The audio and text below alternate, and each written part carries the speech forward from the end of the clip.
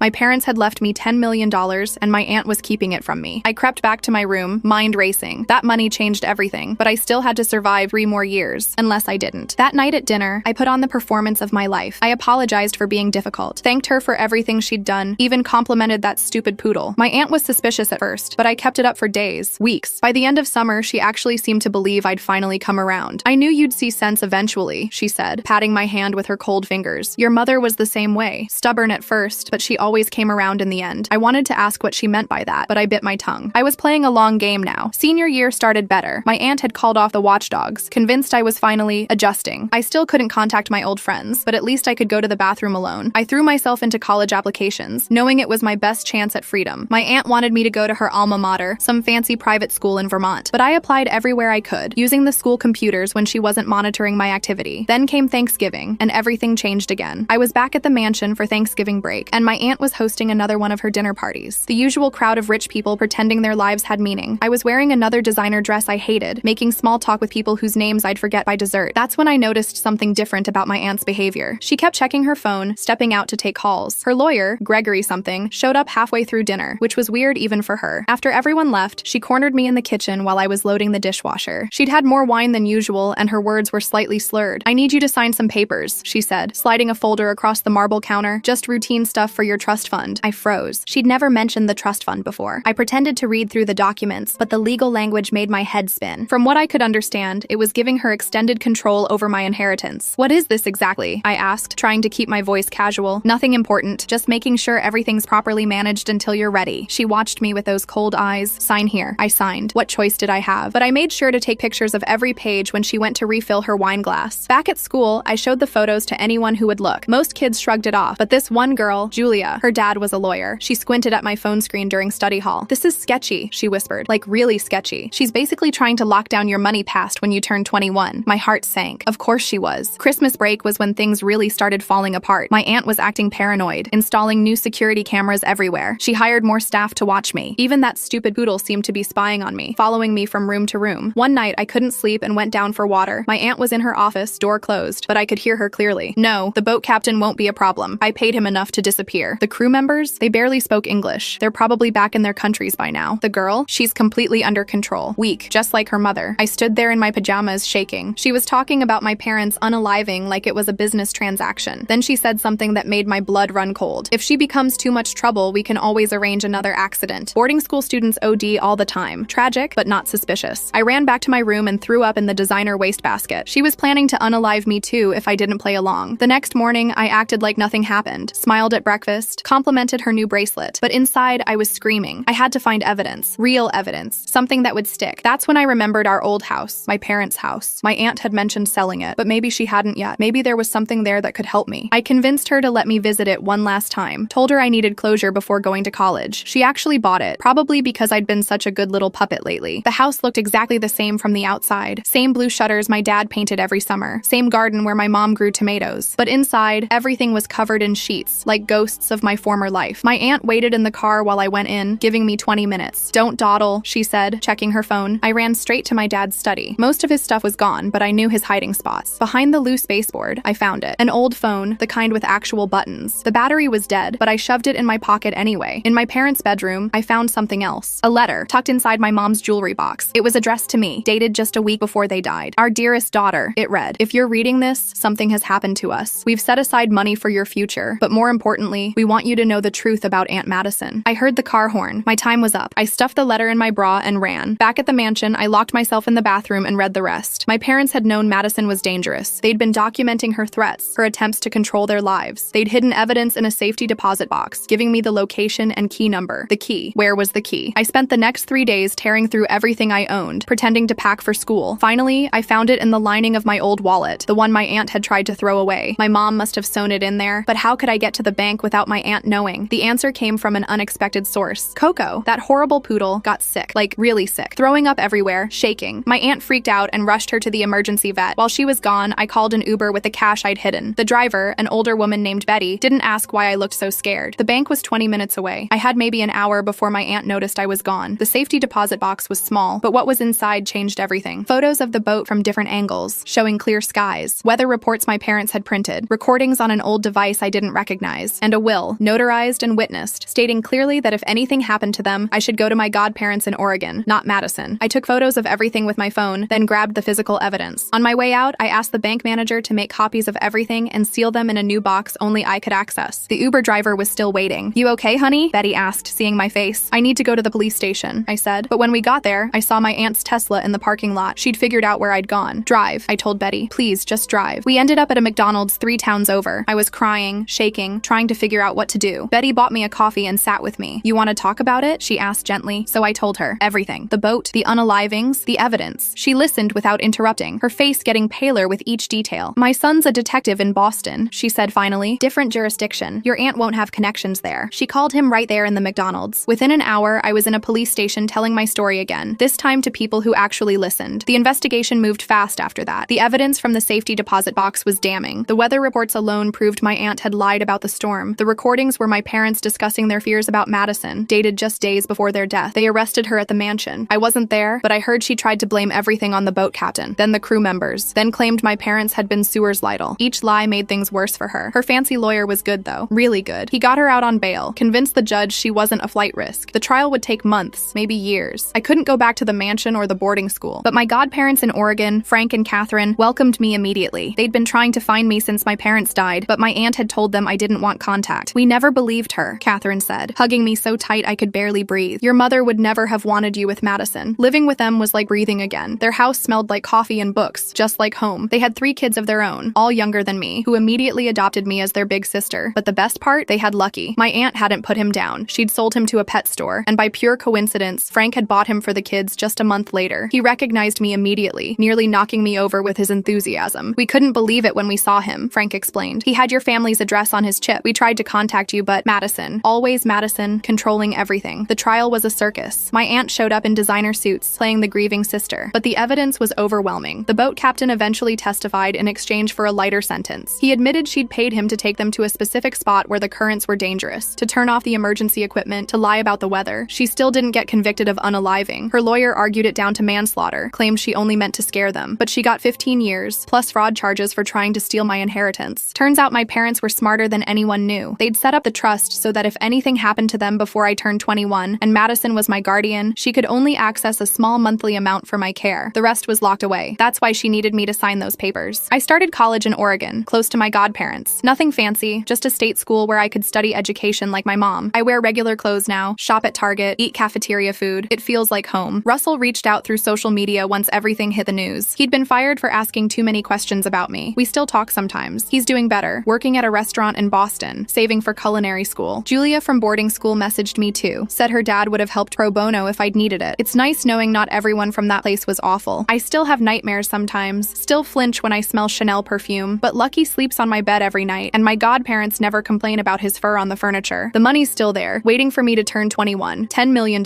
Sometimes I think about what I'll do with it. Maybe start a scholarship fund for kids who need to escape bad situations. Maybe donate it all. I don't know yet. What I do know is that my parents were right. Money doesn't make you happy. Family does. Real family. Not the kind that tries to unalive you for your inheritance. My aunt sends letters from prison sometimes. I don't read them. Frank burns them in the fireplace while Catherine makes hot chocolate and the kids argue over movie choices. It's not the life my parents planned for me, but I think they'd be proud anyway. I'm in college. I have people who love me, and Lucky still gets off-brand dog food because, honestly, he doesn't know the difference. Some nights I look at their photo, the one I hid in my bra that day, and tell them about my day, about my classes, my friends, the boy in my statistics class who makes terrible math jokes, normal stuff, the kind of stuff we should have been talking about over dinner. I know they can't hear me, but it helps anyway. And that's the whole story. My aunt's in prison, I'm safe with my godparents, and Lucky's currently snoring on my lap while I type this. Life's weird sometimes, but at least I'm alive to see it get better. Oh, and Coco? The poodle survived whatever made her sick. She lives with one of my aunt's rich friends now. I hope she's miserable, but that's probably just me being petty. Thanks for reading, Reddit. Feels good to finally tell someone the whole truth.